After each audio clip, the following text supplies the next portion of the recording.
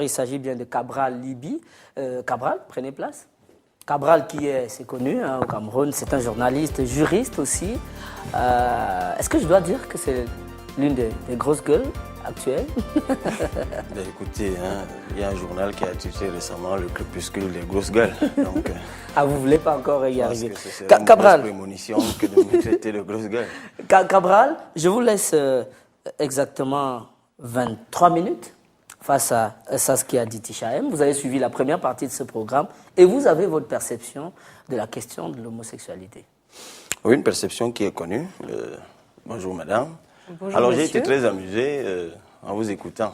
En réalité, je devrais être horripilé. Je suis ravie que ça vous amuse. Je devrais être horripilé parce que vous êtes particulièrement désobligeante à l'endroit à la fois de vos confrères camerounais que vous traitez d'ignorants sans embâche et même des Africains en général. Mais on comprend bien que dans votre subconscient, vous continuez à considérer que l'Afrique, c'est le repère avec AI, peut-être de personnes Absolument sans intelligence. Pas. Le monde oui, entier parce aussi, que pas que l'Afrique. Alors, juste, je n'ai pas envie de rentrer dans ce débat de reverse je ne vous invite même pas, madame. Je ne vous invite alors, pas, s'il vous plaît. C'est un peu facile. Parce qu'à ce que je sache, les huées ne sont pas la traduction de l'ignorance. Tout ce que nous voyons dans les parlements suisses, français et ailleurs, ce ne sont pas des Africains, ce ne sont pas des Noirs. Alors, dites-moi que tous ces parlementaires qui provoquent des tollés dans les parlements en Occident sont tous des ignorants, je ne crois pas. Je crois que le hué, c'est d'abord la traduction d'une désapprobation. Et en tant qu'avocate, vous êtes bien placé pour savoir que vos confrères ne sont pas obligés d'épouser votre point de vue sur une question qui, même dans leur propre pays, les divise. Donc, alors pense déjà, que ça, juste, je vais excusez-moi de vous interrompre. Oui, je pense que déjà, il doit y avoir une certaine éthique entre avocats. Et l'éthique veut qu'un confrère ne soit pas désobligeant vis-à-vis d'un autre confrère, même s'il est de race blanche et d'Europe. Oh, encore que jusqu'ici, on ne parle pas de race. Oui, mais vous avez introduit le sujet, et je ne veux justement pas qu'on l'introduise. Je le dis malheureusement, à vous écouter, c'est cette condescendance que vous affichez, effectivement, qui est horripilante. C'est-à-dire que vous n'avez aucun respect, mais pas le moindre, pour le contexte dans lequel vous êtes. Madame, vous n'êtes pas en Suisse, vous êtes en Europe. Et on voit bien la gêne que vous avez à évoquer des questions qui, chez vous, sont difficiles, comme la question de la polygamie. Alors, comme je suis par ailleurs juriste, je sais que dans l'ordre juridique suisse, il n'y a pas de texte qui autorise une femme qui, au nom de sa dignité, choisirait d'épouser un homme en seconde noces. Le droit suisse ne le permet pas. Mais là-bas, ce débat, vous ne l'animez pas. Si elle est divorcée, elle peut se marier 10 fois, 20 fois, et je pense qu'en Afrique, c'est pareil. Je parlais d'une prescription. Aller en seconde noces chez un homme qui a déjà une première femme. On se comprend bien. N'entrons pas dans l'espièglerie, mais revenons à ce que vous venez faire au Cameroun. Dites-moi, vous plaidez coupable ou non coupable? À votre avis? Non, mais répondez, je veux savoir. Ça me semble évident. Non, pas je crois du que tout. j'ai pas besoin de répondre. Justement, c'est pas évident. Vous plaidez quoi, concrètement? Vous voulez savoir les arguments que j'énonce? Non coupable ou coupable. Vous plaidez quoi? Ah ben, vous ne répondez pas. Je présume que c'est non coupable. Je ne réponds pas à des questions qui tombent sous le sens.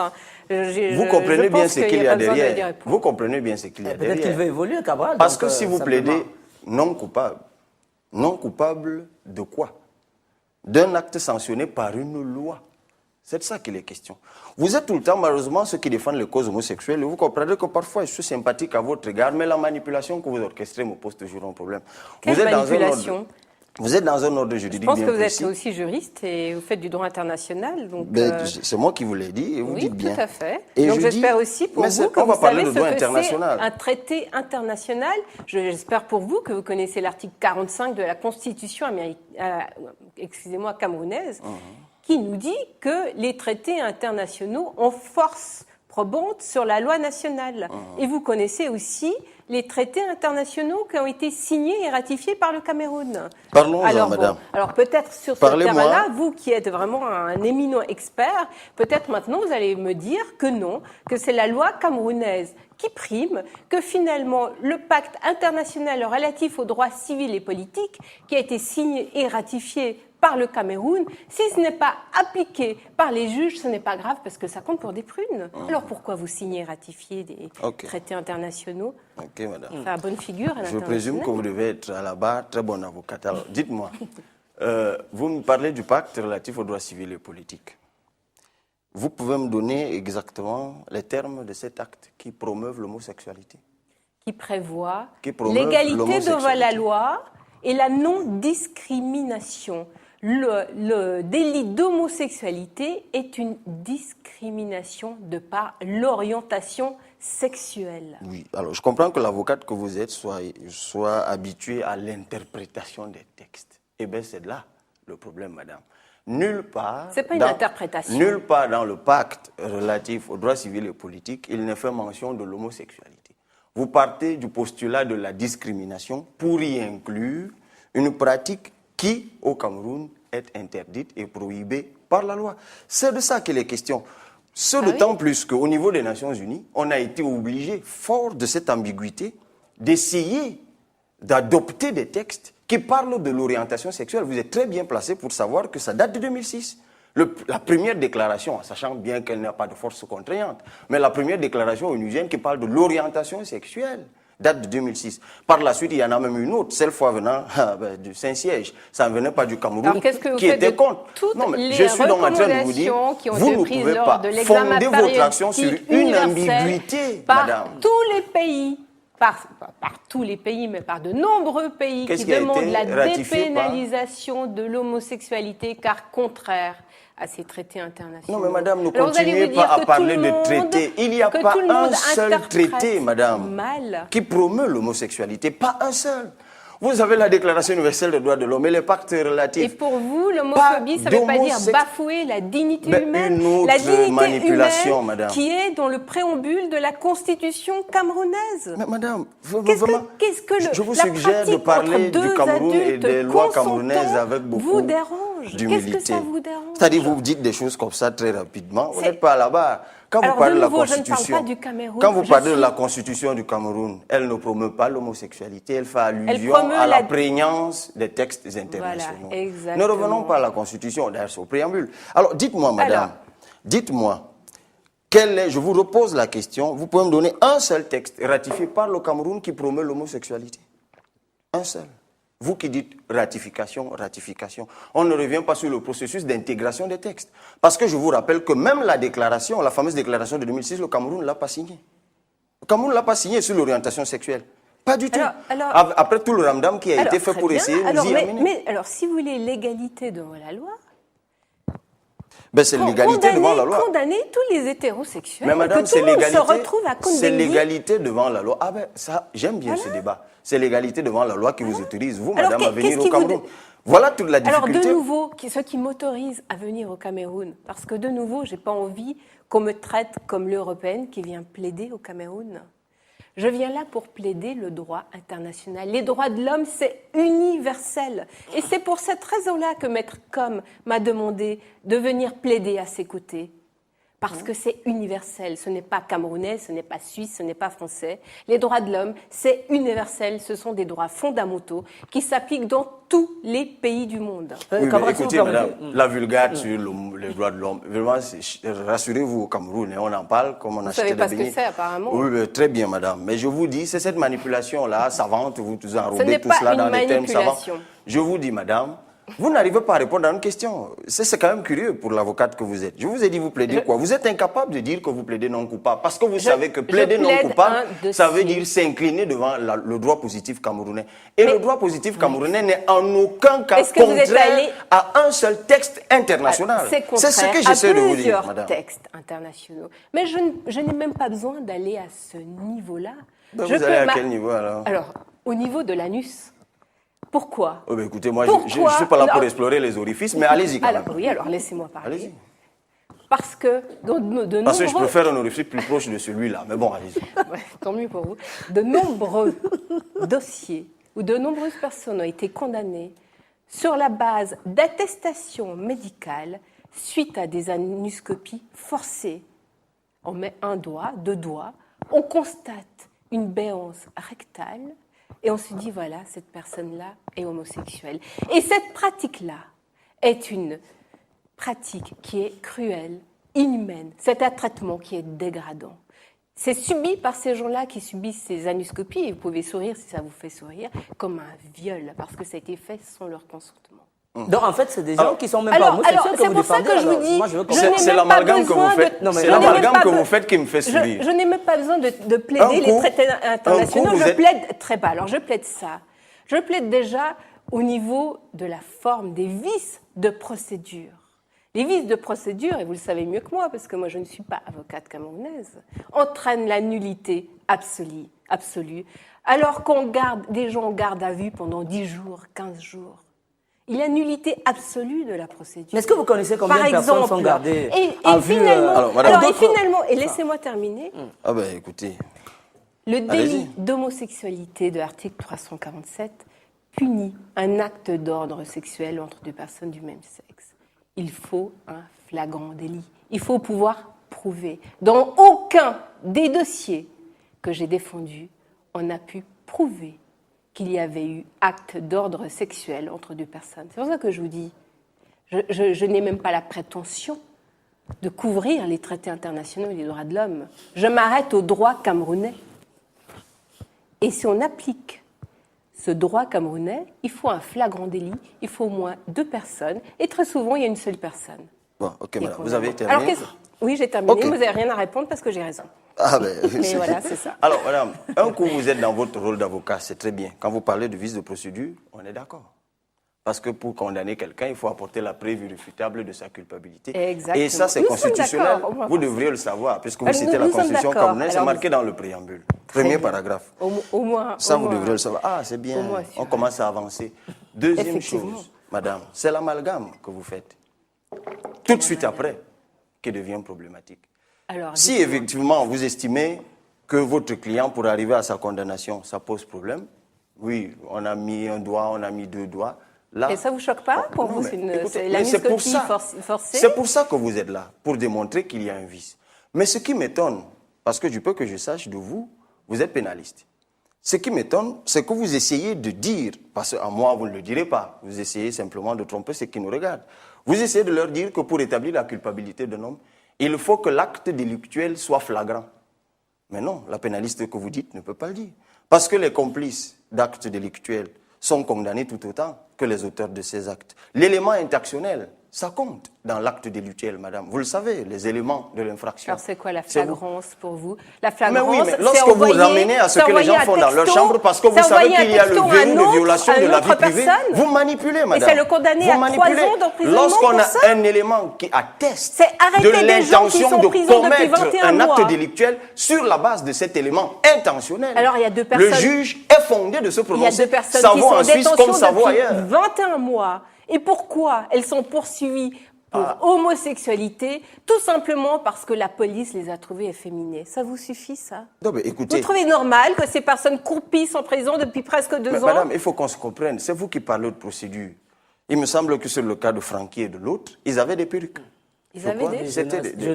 Jonas et Francky, ils avaient des perruques. Des perruques. Enfin, ils avaient des perruques. Des perruques, madame. Ils avaient des perruques. Ça, c'est un autre problème. Non, mais attendez. Être travesti. Et les policiers ont estimé une perruque, c'est un acte que ces personnes-là pour vous, n'étaient pas normales et qu'il fallait voir clair.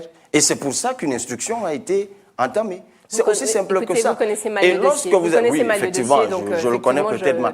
Rassurez-vous. Vous interprétez mal parce que jusqu'à présent, mettre une perruque n'est pas un acte d'ordre sexuel. Je voudrais simplement vous dire, mais écoutez, ayez un peu de respect à la fois pour la police et pour les instructions au Cameroun, madame. C'est pas, mais la présomption d'innocence, elle est aussi constitutionnelle au Cameroun. Je vous rappelle, et je vais vous citer une fois de plus. La loi, je suis avocate. Je vais vous citer une fois de plus la constitution camerounaise. Tout prévenu est présumé innocent jusqu'à ce que la preuve irréfutable de sa culpabilité soit apportée. Voilà, c'est un principe universel. Ils sont encore prévenus en ce moment-là. Donc, lorsque le policier décide d'ouvrir une enquête, cette personne jouit toujours de sa présomption d'innocence. Mais tout à fait. Mais maintenant, la détention, elle est aussi légale. On ne détient pas quelqu'un dans une cellule forcément parce qu'il est condamné, mais non. Mais pour des besoins d'enquête, ça aussi, vous le savez, madame, ça se fait aussi en Suisse. Écoutez, vous n'allez pas exagérations que vous venez faire dans le qu'il y a une contexte. violation du principe de célérité. Je ne vous jette pas la pierre. Elle existe aussi même à la Cour européenne des droits de l'homme à Strasbourg, même à la Cour pénale internationale à La Haye. Mais vous n'allez pas me dire que quelqu'un qui n'est pas jugé après 2 ans sans acte d'instruction, il n'y a pas de violation du principe de célérité. Il y a toujours le débat, même dans vos environnements originels, il y a toujours le débat de la célérité à justice. Parce que célérité de justice signifie personnel, en Europe, qu'on a dans le monde entier. Moyen de travailler. Ne faisons pas d'amalgame. Restons dans l'homosexualité. Moi, je voudrais simplement vous dire, madame, en fait, c'est mon modeste point de vue. Que vous venez en terre camerounaise faire des amalgames. Mais ça ne s'arrête pas là, mais c'est des amalgames. Alors, je viens défendre les droits fondamentaux. Maintenant, madame, en Suisse et comme ailleurs, les défendre n'importe où dans le monde entier. Il y a même, ça n'a rien à voir avec le Cameroun. J'ai lu une de vos interviews et on vous a certainement mal renseigné. Où on vous a dit que parce que le fameux article du Code pénal était dérivé d'une ordonnance, alors en aucun cas, ce n'était légal. Oui, exactement. Mais, à moins qu'on apprenne notre droit en Suisse. Voilà. Mais vous savez très bien qu'on légifère par ordonnance. Et qu'un acte d'ordonnance, c'est précédé par une... 1972. Oh là là. Voilà, alors que normalement, ça doit être une ordonnance, c'est précédé par une habilitation parlementaire et c'est validé par une ratification parlementaire. Et je voudrais simplement vous rappeler que lorsque cette procédure est observée, est la force de loi. Pour moi, il y a une violation de on doit le savoir en Suisse. Et vous ne pouvez pas venir en terre camerounaise dire qu'une ordonnance est illégale. Je voudrais simplement balayer ça aussi. Écoutez, pour que ceux qui ont été longtemps trompés par cette affaire cessent d'être trompés. C'est la thèse que Maître Com et Maître Togué soutenons ensemble. Et eux, ce sont des avocats camerounais. C'est bien de dégager votre responsabilité. Je ne dégage pas. C'est les Camerounais qui m'ont dit ça. Je ne dégage pas ma responsabilité. Je soutiens ce raisonnement qui est juste. Oui, par solidarité. Et vous êtes personne pour dire qu'il n'est pas juste et quelqu'un tranchera. Écoutez, il y aura la dépénalisation de l'homosexualité. Moi, j'essaie simplement de dire à ceux qui nous regardent, arrêtez avec les amalgames. Par contre, il n'y a pas d'amalgame. C'est vous qui faites des amalgames. Je voudrais vous dire, madame, que parce que vous êtes omnibulée par l'amalgame, absolument pas. C'est vous qui l'êtes. Plus objectivement une question qui, de mon point de vue, est par ailleurs pertinente. Parce que, finalement, vous plaidez la cause des passagers clandestins. Parce que, effectivement, ailleurs comme ici, il est démontré qu'il y a des homosexuels par nature. Des gens qui sont nés homosexuels. Et il y a des homosexuels qui ont choisi d'être homosexuels. En réalité, les homosexuels... Je ne suis pas d'accord avec vous. Non, mais écoutez, madame, je parle là des analyses scientifiques. Il y a des gens qui sont mariés, qui ont femme et enfants, mais qui, à un moment de leur vie, choisissent d'aimer des hommes ou d'aimer des femmes, enfin, des personnes de même sexe. Alors qu'il y en a qui sont fondamentalement homosexuels, qui ont en aversion l'autre sexe et qui préfèrent dès le bas âge. Donc, on l'est ou on ne l'est pas. Moi, j'ai lu des autres recherches. Et vous parlez avec n'importe quel homosexuel. Ils vont vous dire qu'ils n'ont pas choisi. Parce que c'est difficile d'être dans Alors, une vous parlez avec sexuelle. les mauvais homosexuels, madame. Non, parce pas que dans du tout. Mais laissez-moi parler au moins de mon pays. On ne choisit pas d'être homosexuel. Oh là là. Surtout dans un pays où c'est un délit. Mais pensez donc.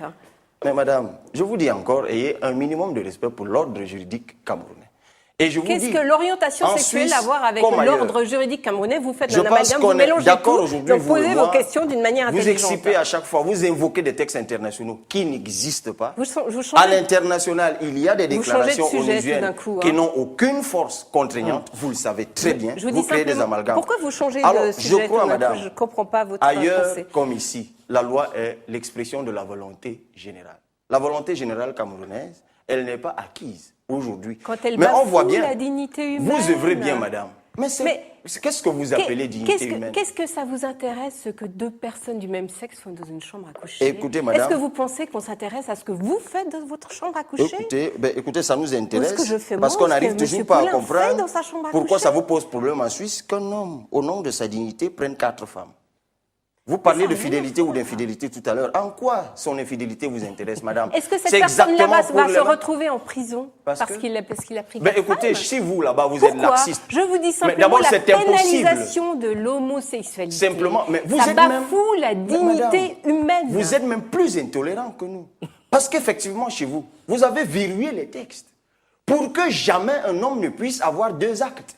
Vous l'avez verrouillé. Quelle est la différence? Écoutez, je vais pas rentrer dans ce sujet-là. On ne peut pas verrouiller les comportements des gens dans les maisons, mais on leur dit, si on vous attrape, vous êtes condamné, c'est simple. Entre un homme qui a 4 femmes et un homme qui est marié et qui a 3 amantes, quelle est la différence? Non, mais écoutez, moi, je ne veux pas chercher la différence. Je crois parler à un avocat. N'allons pas chercher des choses en dehors du droit. Parlons de la sexualité. N'allons pas chercher des choses en dehors du droit. Nous ne fonctionnons pas de la même manière. On peut en discuter. Alors, madame, je veux bien un autre sujet. Que vous vous inscriviez, comme je le disais tout à l'heure, dans la vulgate macluaniste du Global Village. Non, mais je vous prie, madame, évitez des transpositions fâcheuses. C'est vous qui dans le contexte camerounais dont je parle avec assurance et sécurité, madame, je vous dis, jusqu'ici, nous ne sommes pas acquis à la cause homosexuelle. Mais vous faites bien votre travail, parce que vous utilisez les médiums. On voit aujourd'hui tout ce que vous diffusez dans les chaînes internationales. J'ai même été surpris, tout récemment, de regarder Tiji, un dessin animé avec mon fils, Et de voir deux hommes s'embrasser dans un dessin animé, c'est très bien le travail que vous faites. Mais c'est très bien, parce que vous êtes en train de travailler sur les mentalités. Peut-être qu'un jour, comme le président Biya l'a dit en France, au perron de l'Élysée, les mentalités évolueront. Mais soyez patient, madame. Ne forcez pas la main aux gens pour des choses auxquelles ils ne sont pas acquises, tout comme personne ne vient forcer la main aux Suisses sur des choses sur lesquelles ils ne sont pas acquis. Les droits de l'homme, c'est universel. C'est une chose. Madame, on parle pas de droits de l'homme. Vous parlez des droits. Lorsqu'on poursuit un brigand, vous parliez de brigand tout à l'heure, lorsqu'on poursuit. Ce sont des brigands sexuels, d'ailleurs, c'est ce que j'ai dit. Ce sont des brigands sexuels au Cameroun. Alors prenez les proxénètes, les PD sont des brigands les pédophiles, peut-être, les violeurs, ok. Aussi, oui. Mais pas les homosexuels. Si. Quelles sont les victimes dans un procès pour homosexualité au Cameroun? Dites-moi qui est la victime. Répondez à cette question. Victime de quoi, madame? Dans un procès pénal, mais c'est la société, il y a madame. toujours une partie plaignante. Oui. Par exemple, dans un viol, il y a une victime. Mais c'est évident. Il y a l'agresseur, et la victime. Venez plaider pour les Alors, violeurs. dans un délit d'homosexualité, dites-moi qui est la victime. Je défends. Mais madame, je suis pénaliste en Suisse. Je fais que du continue droit à vous pénal. dire. Mais vous savez très bien que dans un procès pénal, vous la ne première pouvez victime, pas c'est la répondre. société, madame. La société, les victimes mais de quoi? Oui, mais vous le savez très bien. Dans un procès pénal, la première victime, c'est la société. Est-ce que vous pouvez me citer une autre infraction? Et la société camerounaise est victime de cette déviance. Excusez-moi, dans le code pénal, citez-moi une autre infraction où la victime serait la société. Mais toutes les infractions pénales, madame. Toutes les infractions pénales rendent de la société victime. Le vol, le viol, la corruption, le détournement de fonds et tout le reste. Il y a des victimes. Mais madame, vous m'avez posé une question. Des victimes directes. Il y a des victimes directes, nous sommes d'accord. Il y a aussi des procès. Mais il y a des procès intentés par le ministère public, madame. Vous le savez, non? Ça ne se fait pas en Suisse, ça. Des procès intentés par le ministère public. C'est le rôle. Par l'État. Mais c'est ça. Mais la victime, c'est qui en ce moment? C'est bien l'État. Et sur cette question bien précise, l'État s'est aménagé le droit de poursuivre des délinquants sexuels. C'est bien de ça qu'il est question, madame. Et sachez qu'en l'état actuel des choses, et ça durera encore longtemps, les mentalités camerounaises, comme sénégalaises, où vous avez essayé ce même forçage, n'accepteront pas cela. Mais ça bafoue la liberté. De toute façon, l'avocate que vous êtes, vous aurez toujours vos honoraires. Vous êtes libre de défendre même des gens dont les causes sont perdues d'avance. Et un homosexuel a le droit de disposer de son corps. Personne ne peut l'interdire. Personne ne peut lui dicter Vous savez son vous-même, comportement. madame, je suis sûr que c'est le cas en Suisse. Le droit de disposer de son corps n'est pas absolu. Vous le savez très bien. Entre adultes consentants. Vous le savez, madame, ou pas? Vous le savez ou pas? Entre adultes consentants. Est-ce que le droit de disposer de son corps, à règle générale, est absolu, madame? Entre adultes consentants. Mais vous ne répondez pas aux questions parce que moi j'ai l'amabilité de le faire quand vous me posez une question. Donc je voudrais, mais maintenant il y a un terrain, je sais que ça va bientôt s'arrêter, mais tout à fait, il vous reste 3 minutes. Il y a un terrain sur lequel moi je voulais... peut-être sur une note positive alors. Il y a un terrain sur lequel je voulais vous amener, madame. Est-ce que vous ne pouvez pas faire un effort d'arrêter d'amalgamer et de défendre véritablement la cause qui, elle me semble justifier de vrais homosexuels? Alors toutes les personnes que j'ai défendues sont des vrais homosexuels. J'aimerais juste finir cette note vous avez donc sur le décidé... cas de Roger Mbd, qui... Ah, vous affectionnez particulièrement ce cas? Ben oui, parce qu'il a eu un destin tragique. Oui. Il a énormément souffert. Vous savez combien d'habitants il y a au Cameroun? Alors, simplement pour Roger Mbd... Vous avez bien compris le sens de la question. Continue. Il a prié, parce qu'il était très croyant. Il a demandé à Dieu de devenir hétérosexuel. Il ne voulait pas être homosexuel. Lui, il était vraiment homosexuel. Ah, vous avez un problème avec les préjugés religieux. Voilà, vous invoquez Dieu. Dieu là. Mais je ne sais de quel Dieu on parle. Parce que c'est le Dieu des chrétiens. Vous savez ce qui est arrivé à Sodome et Gomorrhe. Mais là encore, ce n'est pas le débat. Ça aussi, je peux vous dire, parce que si vous prenez bien Sodome et Gomorrhe, c'est une mauvaise interprétation. Ah, ok. Et je demandais dernièrement... finalement, vous savez, laissez-moi juste terminer. Les PD et leurs affidés, ils ont toujours des interprétations propres à eux, à la fois de la Bible, du droit, des constitutions, des textes internationaux. Ce qu'il pensait de l'homosexualité, il me dit, voilà, il faut prendre chaque personne, parce que chaque personne a été créée à l'image de Dieu. Ok, madame. Là, c'est la miséricorde, c'est biblique. Moi, je voudrais simplement vous dire, madame, on sait très bien quel est le plan. Et c'est pour ça que ça ne marchera pas. Il vaut mieux qu'on vous le dise. Parce que, sachez, ceux qui vous ont appelé vous ont mal renseigné. Le contexte camerounais est très tolérant à l'endroit des PD. Pour ceux qui ne vous disent pas, pendant longtemps, dans la ville où nous nous trouvons, Yaoundé, il y a un bar très célèbre où c'était pour nous une curiosité tous les dimanches soirs. On y allait, on voyait les PD s'amouracher. On ne vous l'a pas dit. Il y a un autre carrefour à Yaoundé, dans le quartier Mvogada, où les PD se pavandent tous les soirs. Tout le monde y va, on s'y retrouve tous, on échange. Ceux qui vous ont dit qu'au Cameroun, les PD sont stigmatisés, ils sont pourchassés, certainement pour avoir de l'argent dans les lobbies internationaux de PD qui financent tout et n'importe quoi, ils peuvent toujours dire des choses. Et pourquoi vous Mais quand expliquez on vient au qu'il y a eu Cameroun, plus il ne d'arrestations faut en Afrique pas pour qu'on vous homosexualité en dise Afrique? du n'importe quoi. Il ne faut pas qu'on vous raconte du n'importe quoi. Alors c'est du n'importe Par quoi, contre, les gens c'est qui ce sont que vous présents venez pour faire. délit d'homosexualité? C'est ce que vous venez faire qui va exacerber les positions des gens par rapport à cette affaire. Parce qu'une fois qu'on leur a levé le verrou qui protège notre société, le verrou de la pénalisation, vous demanderez à vous marier, vous demanderez à adopter les enfants des hétérosexuels, comme vous le faites déjà dans d'autres contextes. Là-bas, c'est tant mieux. En fait, le mariage pour tous, c'est très heureux en France. Vous faites là-bas ce que vous voulez, mais dans le contexte camerounais, madame, la prochaine fois que vous viendrez, demandez qu'on vous renseigne bien. Ici, nous sommes très tolérants. Moi, je vais vous dire, il y a 2 ou 3 jours, on a croisé 2 PD dans la ville de Yaoundé, parce que les routes étaient bloquées. Et c'est une anecdote, vous en avez, je peux vous la raconter aussi. On a croisé 2 PD qui marchaient la main dans la rue. Alors, ça a provoqué une hilarité générale. Parce qu'on a vu 2 personnes, mais écoutez, ils sont un peu décalés, mais qui marchent dans la rue. Personne ne leur a lancé la moindre pierre. Mais vous, lorsque vous venez dans les médias ou dans les tribunaux, me bats pour la vous prétendez que tout le monde veut tuer les PD, c'est de pas le cas. l'homosexualité Madame, qui est intolérable. j'ai essayé de chercher durant cet absolu. entretien le ressort de votre combat. J'ai voulu comprendre pourquoi. Vous avez évoqué des textes internationaux. J'espère que ceux qui m'ont écouté savent aujourd'hui qu'il n'y en a pas un seul qui promeut. Quand on parle de textes internationaux, ça veut dire des textes qui ont force de droit. Il n'y en a pas. Les déclarations la définition en de droit la dignité international n'ont pas humaine et de la force liberté contraignante, personnelle. Si la Déclaration universelle des droits de l'homme avait suffi... personnelle, je pense que vous ne connaissez pas ces notions et j'espère que lorsque j'aurai le plaisir de vous rencontrer la prochaine fois, vous aurez appris ces notions-là. D'accord. Avec vous, c'est très facile, on devient désobligeant, je vous le concède. Mais je voudrais simplement vous dire, madame, que le droit de l'homme, que j'ai aussi fait dans de lointaines études. Commencez par la base, vous qui êtes un éminent professeur. Je vais vous dire, madame, si la déclaration des droits de l'homme avait suffi, vos lobbies n'auraient pas été obligés d'aller à l'ONU chercher des déclarations par ailleurs non contraignantes qui connaissent aujourd'hui très mauvaise fortune. Arrêtez de surfer sur des ambiguïtés pour entraîner des gens. Merci Cabral. Merci Cabral, madame, merci également. Peut-être une dernière question, je voulais le poser. Parce qu'un autre, mais là encore, c'est là l'amalgame. Vous savez quand on dit homophobie. Dernière question. C'est vous qui faites l'amalgame. Mais dans homophobie, qui est vous très avez, embrouillé. si vous rentrez dans l'étymologie, vous avez homophobie, vous avez la phobie. Mais vous pouvez me dire pourquoi dans homophobie, homo ne doit désigner que homosexuel et pas homme tout court. Ok, madame. Excusez-moi, on dit droit de l'homme. Ok, d'accord. En tout cas, ignorance pour ignorance, vous êtes très ignorante du contexte dans lequel vous êtes, mais vous êtes un avocat. Vous êtes là d'abord. Je pense que vous êtes très ignorant des textes juridiques et des principes universels de la dignité humaine. C'est tellement des principes suisses. D'accord, merci. Des principes des PD, mais pas universels. Du respect de la vie privée, de la vie intime. Je pense que vous êtes aussi très ignorant et j'espère que vous apprendrez. Je pourrais vous apprendre pour la prochaine fois. En tout cas, continuez à venir au Cameroun, vous finirez par comprendre dans quoi vous êtes.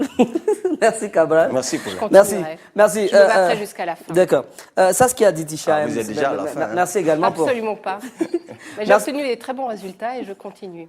Merci également pour cet échange avec Cabral Liby sur ce plateau. Je voulais quand même savoir comment vous concevez qu'un pays que vous trouvez encore homophobe, je repose la question, je l'ai posée sur le premier plateau un petit peu. Est-ce que vous savez que le simple fait que nous, journalistes, prenions sur nous d'évoquer simplement ce sujet est déjà une preuve de tolérance, tout au moins, de savoir qu'on en parle chez nous. Tout à fait, oui. C'est la liberté d'opinion. Que le Cameroun peut respecter, et donc moins homophobe aussi. Alors j'aimerais aussi juste qu'on fasse pas du coup, je vais reprendre le même terme, homophobie et pénalisation de l'homosexualité. Parce que l'homophobie, malheureusement, existe dans le monde entier. Moi, je suis venue me battre ici pour les droits fondamentaux et pour la dépénalisation de l'homosexualité. Je n'ai pas la prétention de faire disparaître l'homophobie dans le monde entier. D'accord. Qu'on ne mélange pas tout. Après le Cameroun, il y a une autre destination ou bien vous êtes focus sur le Cameroun, il n'y a que le Cameroun. Non, j'ai d'autres quelques pays, projets. Vous pouvez nous les citer bien sûr. L'Ouganda peut-être Comment L'Ouganda, ça ne vous tente pas Non, aussi en Europe. Donc, pourquoi vous n'irez pas en Ouganda alors et même à Genève, où les prisons sont surpeuplées et les droits de l'homme bafoués. Donc vous savez, les droits de l'homme...